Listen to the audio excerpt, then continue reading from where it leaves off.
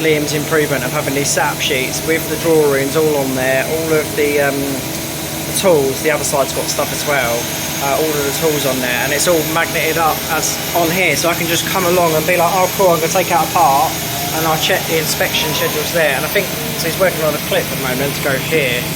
Right, so I put this back on the hand, so it does move a bit, but that's just depending on where you want to look at the label.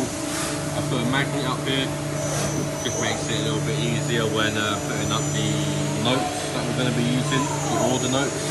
So do step by step on what we got to do and when we got to do it. So yeah, hopefully when we get the order notes working, I'll show you it in use. We've always had problems on where to put our laminated setup sheets.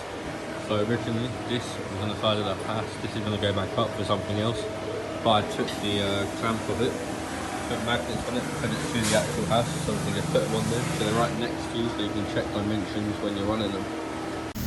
So I'm just going to trial something today. So I've just tapped all of these, which are the tops of the pathway spikes, and then I'm putting the grub screw in, hopefully taking down the time that when we then put the ball joint in and feed the wire through, that all we have to do is just tighten it up.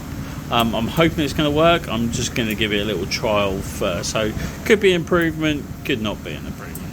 So like I did with the rods, by putting it in a little ball joint, I've then just put the little M4 grub screw in the back. So when we've put the ball joint in there, all we've got to do is tighten it up. So when we put them all together, then it is all just about tightening everything up, and then this kind of takes down the build time on how to do them. So this is my first ever go at making fun wheels and knurling, etc., and I'm really quite pleased with it.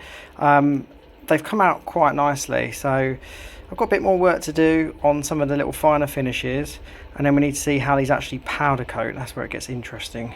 Neither of these parts are actually correct right now, but it just gives you an idea of how that joint will look. It'll be more like this rounded edge.